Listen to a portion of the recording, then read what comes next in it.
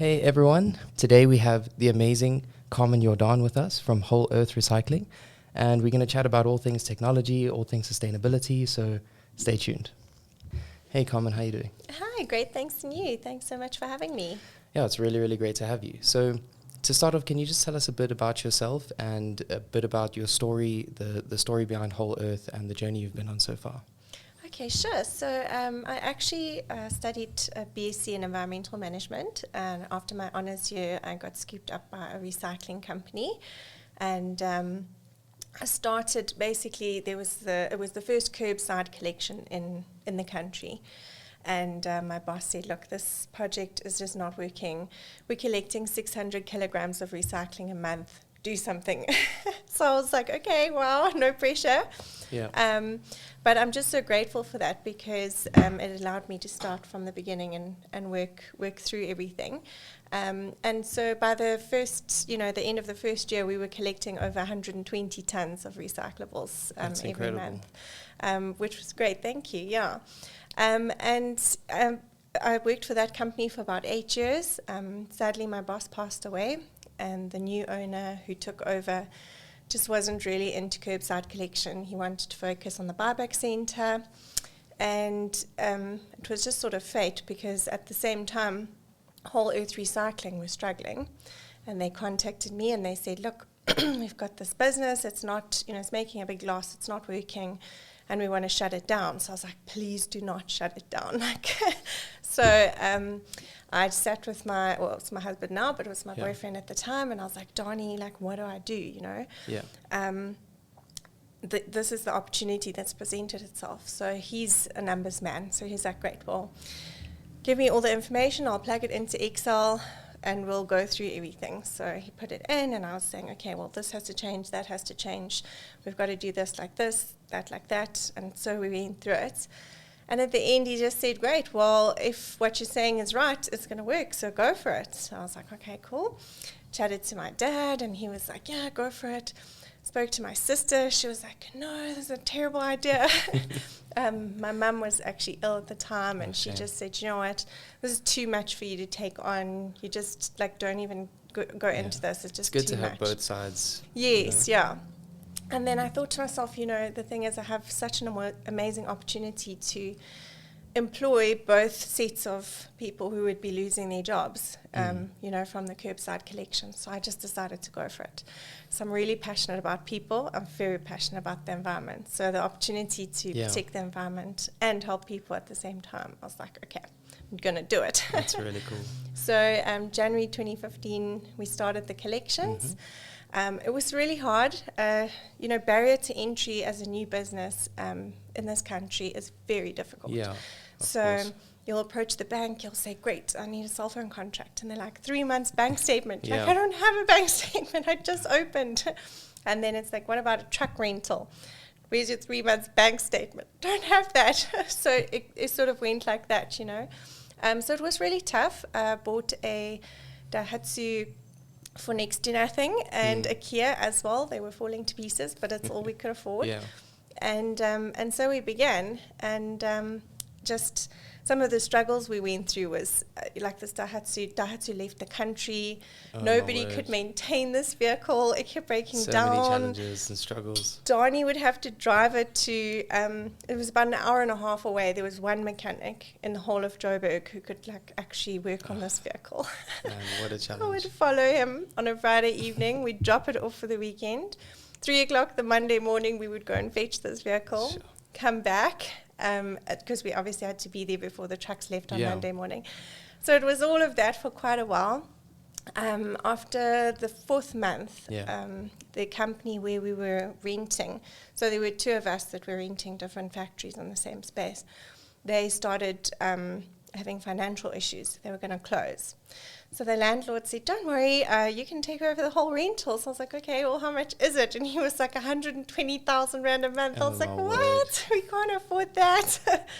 So you just had so many challenges stacked against you. Just so we had to move out of there, but thankfully we found something in the area. Another thing was also in the beginning, we didn't have enough work to have all the drivers from both companies Yeah. driving every day. But the team was so amazing. Like, they had faith in me, and we started with like one driver, and then the next day another driver, and then the next day the third driver. Oh, wow. By the second week we had more clients, and then That's really cool. as it grew. Well, you said you're really passionate about people, so I'm sure that bleeds into your actual business as well, and the way you deal with your employees and the people that you work with as well. So that's really cool. Yeah, thanks. So you mentioned a few things at the beginning that I just wanted to get more clarification on. You were talking about curbside pickup and Yes, what stuff is like that. that? Yeah. So Yeah. can you talk a bit about the process of recycling? Because from someone that isn't really involved in this world so much, they kind of know on a Tuesday or a Thursday they put their rubbish bags outside, it gets collected, and that's the end of the chain. So can you tell us a bit about how recycling works and that side of things? Yeah. So with our service, we charge a small collection fee to cover all our costs. And then what we do is we provide a roll of 10 blue bags to our clients. You can put your paper, plastic, glass, cans, cartons, which is like your long life milk. And then you can also put electronic waste. Obviously, if it's too big, if it's a fridge, you can put it next to the bag. And then basically you can put it all into the same bag, and then we collect on a weekly basis. And then what happens is we take it through to our warehouse, where we support a community project. So we've got a group of up to 35 sorters who come in every day, and then they sort the material and they sell it to generate an income for themselves. Okay, that's really interesting. And the business itself, what's sort of the business model, and how do you make money? What makes your business successful? So, look, we're not a major money-making business, but ultimately the collection fee, covers our main costs, and then what we do is we try and add a little bit of value to the recyclables. So once it's been bought from the sorters, products like cardboard would then be baled, and then we can sell it directly to a paper mill instead of going through a buyback centre. So we can make a little bit extra there. And then we've recently actually opened Whole Earth Organic Farm, my husband Donnie and I. And there, it's just at the back of Chartwell, sort of farm side. It's actually called Millgate. Okay. And there we're actually offering a food waste collection service. So it sort of piggybacks on the dry recyclable collections. And we've got garden waste services coming to bring their garden waste to us. Oh, that's awesome. And then we're composting it. that was going to be my next question. Yeah, so that's pretty cool. So that's also a way just to create like different revenue streams and make sure that we're sustainable. Yeah, so it sounds like a lot of the money that's coming in is just being put back into more projects, and the main focus is on making a difference more than turning a profit, which I think is, at the end of the day, obviously you need to survive and still eat and stay afloat. But if you keep that as your objective, it definitely makes a huge difference, in the ethos of your business. It does, yeah. Can you talk a little bit about your history before Whole Earth? You mentioned that you went from your degree straight into working as a recycling business. What were some of the things that might have led you up to choosing to study that degree and then going into sustainability? So actually, it's in my blood. Quite simply. My parents were very into hiking, backpacking, bird watching. My mum was really passionate about her garden. Okay. So she had an all-indigenous garden. In fact, she's the one who introduced me to composting. Wow. Because we had a compost heap from a very young age. I mean, I just knew that bin for compost. Are non-indigenous plants quite an issue in South Africa? They can be, especially invasive plants that spread, because what actually happens is, just say a syringa. I don't know if you know what that is. Quite a big tree. At the moment, they're flowering. They look stunning. They've got like these purpley white flowers, and they make these little berries. Yes, yeah. That they drop. I do know those. So the problem is they grow like wildfire. So if those berries now drop, the trees start sprouting everywhere. Suddenly, they've taken over the natural vegetation. Now, our animals, in fact, those berries are poisonous. So if a dog or a child or something eats those berries, it's very poisonous. Certain birds can eat them. But in general, our natural indigenous animals can't actually eat those berries.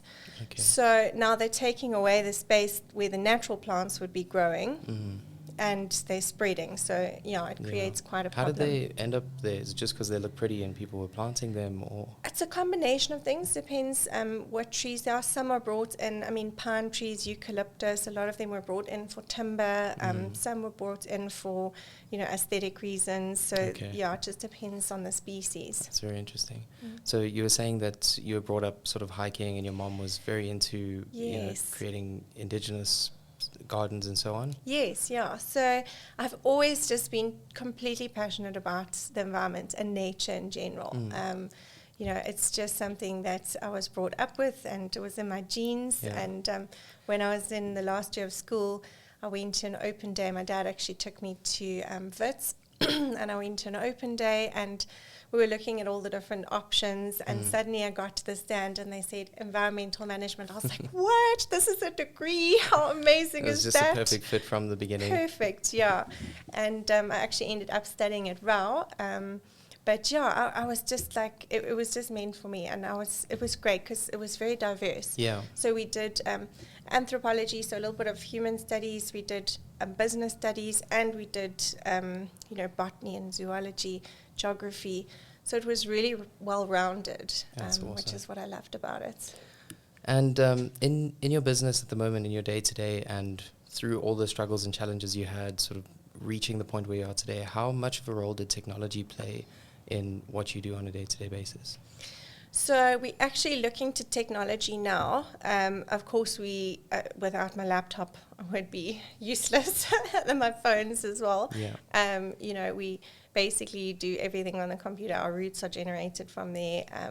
Our telephones are essential. But now we're actually looking to technology to help ourselves grow, but also be more efficient. So we're looking at having an app developed, to help with our vehicle routing and things like that. 100%. Yeah. It's like Mr. Delivery or Uber, but for your recycling. Yeah, sort of, yeah. That'd be really cool. Yeah, technology is such an important part of our lives, and absolutely, more and more we're seeing so many people moving into the digital space and finding all sorts of interesting tools to use to make their companies more efficient. Yes. Not to say that everyone needs to necessarily be completely over the top digital, but there's so many tools that can just help improve people's lives so much and help improve the efficiency of business. Absolutely, yeah. So you spoke a little bit about some of the challenges that you overcame at the beginning with, finding a car and just getting finance to do some of these things. What kept you going through those times, and how did you end up overcoming those challenges? Like on the days where it just, felt like nothing was working out, everything was, completely, I'm sure you've had some breakdowns and meltdowns over some situations. How did you get through that, and what kept you going? So I think the big thing is passion. Like my passion for what I do has kept me going because, as you say, there are times where you just think, oh my word, how do I even get through this or carry on? And you have to be passionate about what you're doing because otherwise you will just give up. I'm also very persistent.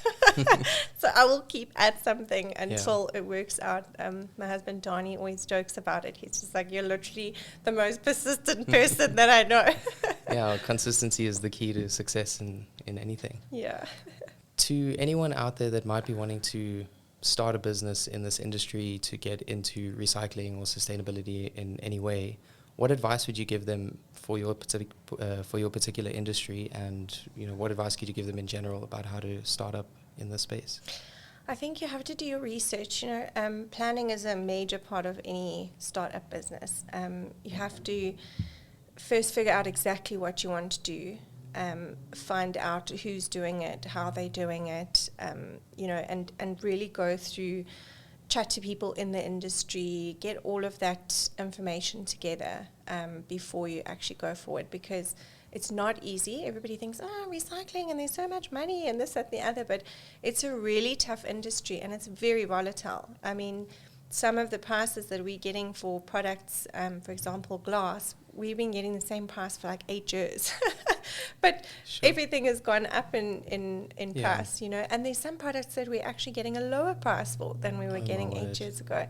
And the prices also change. And also just make sure that that what you're going to do is sustainable. Make sure that you're not just relying on one thing. They always say don't have your eggs in one basket, yeah. you know. Make sure that you've spread it out a little bit and you're not relying on one income source, because things change. I mean, during COVID, it was a massive eye-opener. As another piece of advice is just to make sure that you've got some money saved up for emergency situations. Yeah. Because things happen. During COVID, we were in a situation where Consol wasn't selling beer. So they weren't buying the recycled glass to make into new glass bottles. So we sat with, 40 tons of glass in our yard, which, number one, is a space issue, but number two, it's a cash flow issue, because we still had to pay the sorters for sorting the material. Does a large percentage of the glass that you get come from like alcohol consumption and stuff like that? Yes, yeah. In fact, it's quite funny, let me tell you. So during the winter months, we actually find a massive drop in the glass that we collect. As soon as summertime comes, everyone's partying more. Yeah, and then December as well, there's a peak. There's a lot of cardboard boxes and things coming in December, January time from Christmas, and That's very cool. So do you have some practical tips that you could give to someone who's wanting to actually start recycling that doesn't really know how to do it? Because in my mind, let's say I was in a home that recycles and I want to start recycling. The idea that I have in my head is to get a bunch of different bins, and now you need to have like space for these 6 bins, or separating things, and what exactly gets separated out. I know usually you would separate like, plastics, and you'd separate glass, and you'd separate cardboard, but what are some of the distinctions? Because you also obviously get some packaging that's maybe like a hybrid, and where do certain things fall, and so on. Okay, so with our service, it's quite easy. You can actually put it all together. But if you're going to take your recyclables to a drop-off site, often they ask you to sort it into paper, plastic, glass cans. You cannot sort them into all the different categories, because there's about 28 different categories. Oh, my word. So even something simple like metal, you'll take... it'll be steel food cans, but then the beverages are aluminium. Okay. Then you've got foil, aluminium foil, which is separate. And then the spray cans are separate. So there's more detailed sorting that happens after you've dropped it off. Yes. When it goes out. Yeah. Okay. But at home, generally, if you're using our service, you pop it all in together in the same bag. If you're using, if you're dropping your material off at a drop-off site, then you would separate it into those 4 categories.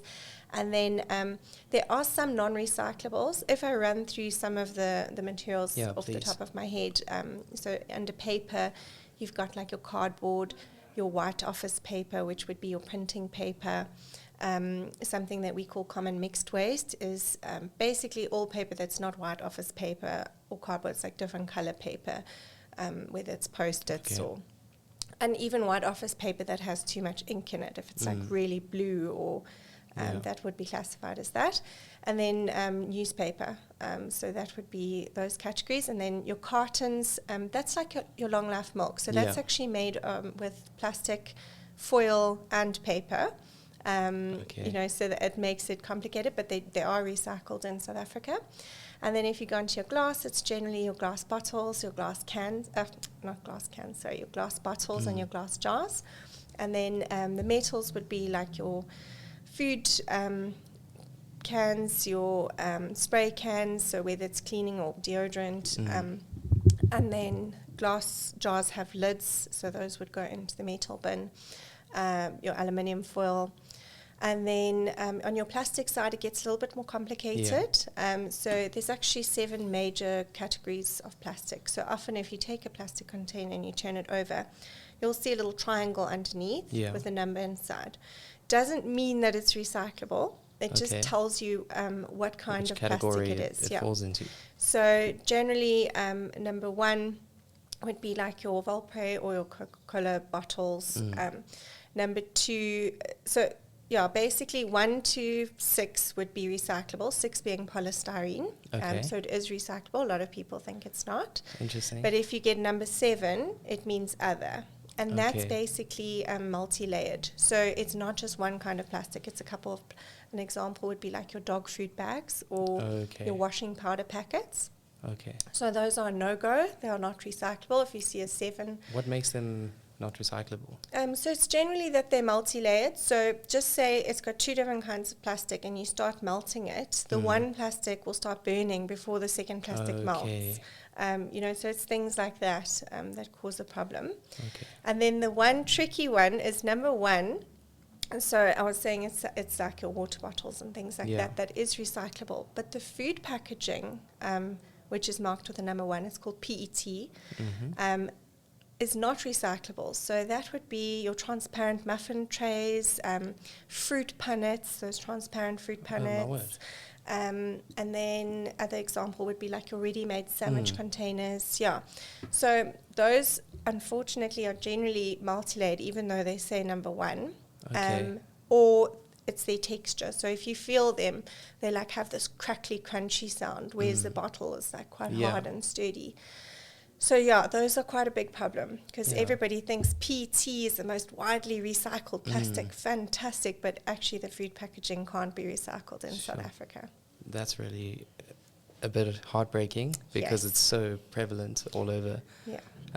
I actually wanted to ask you, might be a little bit controversial, but what are your thoughts and what is your understanding of the situation with the clover bottles, those blue clover bottles? Because I heard a whole bunch of stories of those milk bottles, and the fact that they were colored blue makes them much more difficult to recycle. Is that a real thing? It's true, yes. They have a lower value than the white milk bottles. So we actually have to sort them separately. Sure. So the white milk bottles go into one bag and the blue ones in other color, go into a So you can bag. recycle them, it's just a bit more of a schlep. Yes, and also they have a lower value because they're now, sort of tainted.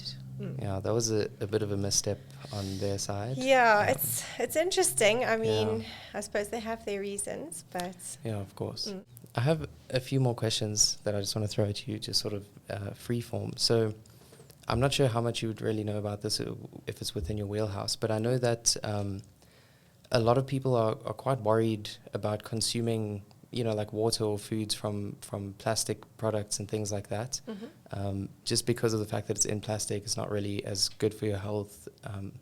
What would you say in terms of that, and in terms of just how to be more sustainable and maybe avoid plastics, whether or not it's an effect to your health, just to sort of live a better, more sustainable life? So recycling would be one part, but then what could we also do to minimize the amount of waste that can't be recycled or that's has a negative impact?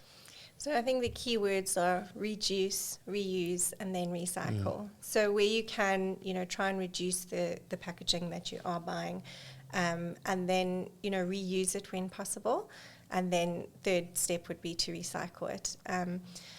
Plastics, it's quite a controversial topic because at the end of the day, I actually read there was a research thesis the other day that was actually indicating that glass is less environmentally friendly than plastics because it uses more energy, etc., to manufacture the glass. But I think, the thing with plastic is it's in our life. Everything is plastic.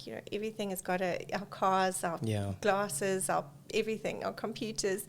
And at the end of the day, it creates a lot of jobs. The plastics industry is massive.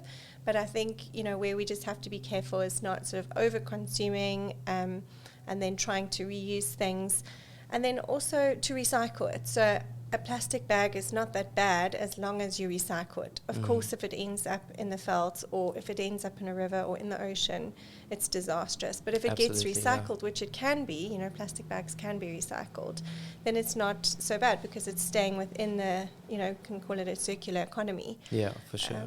Yeah, that's very interesting. I also know that there's many companies and researchers all over the world working on creating different types of plastic and ways to recycle it. I also read an article a while back about, I think it was 2 students that were working on a type of microorganism that eats plastic and breaks it down. Yes, I saw that. But can you imagine that gets loose? It's going to eat our cars, our cell phones. Like, what are we going to do? Sounds a bit that, like Armageddon. What if that gets into the environment? Yeah, very interesting. Because in the article they mentioned that it will keep multiplying until it runs out of food. So Yes, as long as it can hop exactly. onto more plastic. Yeah, it's Very scary. interesting. But you know, in a way, I think it's good because, of course, like if you've got a landfill filled with plastic that can't be recycled and it's just sort of sitting there, the microplastics are going into the environment. You know, bacteria would help with that. But absolutely. yeah, the other part of it is a bit scary. Yeah. Cool. So we can close off with maybe if there's anything that you want to say or any remarks that you want to make, things that you think are important for people to know, if you want to maybe share some of those ideas. Yeah, I think we touched on most of them. I just think, you know, just sometimes people get overwhelmed by the idea of recycling or anything sustainable, you know, like where do you start, like what do you do? And the thing is, you can just make a tiny little step and just make one step in the right direction. And if everybody does it, you know, if, for example, there's a beach filled with plastic bottles and, you know, one person goes and collects as many as they can, you know, they're not going to collect all the bottles. But if everybody does it, it's going to make a big difference. Absolutely. You know, we sometimes collect more than 200 tons of recyclables every month. And that's recycling that's not going to landfill. It's actually being recycled into new products and it's staying within the circular economy. Wow. So you think as one household, you're not making a big difference, but together with a whole lot of other households, you're making a massive impact. Absolutely. If everyone pulls their weight and does a little bit, it'll go a long way. Yes. It just reminded me of a story, not necessarily about recycling, but more about littering. I was stopped at a robot and this car in front of me just threw a whole packet of KFC with all the boxes and plastic. Stopped at the robot, just threw it off onto the side. So I climbed out of my car and I picked it up and threw it back in his car. Oh, good on you. Yeah, it felt quite good to you know, do that. But yeah, definitely I agree with you. Just everyone pulling their weight, sticking to those 3 hours, reduce, reuse and recycle, and we can definitely make a difference. Yeah. And in schools as well, you know, and to your kids, like just teach your kids from a young age, you know, what it is. Because that's what happened to me. Like my parents instilled this at a young age and now it's just in me. So if it becomes easy and just part of your way of life and your lifestyle, it doesn't have to be like this. Oh no, how do I do it? Where do I start? And I think when you have that intrinsic understanding from a young age, you look at some of the practices that, you know, people are partaking in the industries and stuff, and you almost think it's insane. How can they be doing these sorts of things? Don't they see the damage that's being caused? Because it's just, you know, it's a part of you to be able to understand the impact that it has on the environment. So absolutely. Yeah, so education is also a really important thing. Totally. Cool. Thank you so much for being with us. Where can people find you and find more information about what you do and connect with you? Great. So we've got a website. It's www.wholeearth.co.za. It's WHOLE and then a second EARTH.co.za. Okay. And then we've also got Whole Earth Recycling on Instagram and on Facebook, and we've also got Whole Earth Organic Farm on Instagram and Facebook. We've also got a landline, 011-791-4537, and our email address is info@wholeearth.co.za. Awesome. Thank you so much. Thank you so much. Put all the details in the description of this video and have some of the numbers and stuff pop up on screen and people can get in touch with you. Thank you so much for being with us, Carmen. I really had a great conversation with you. Thank you for having me. Hopefully we can do it again soon, and hopefully people have learned something they can go out and make a bit of a difference. Excellent. Thank you. Awesome. Thanks a lot.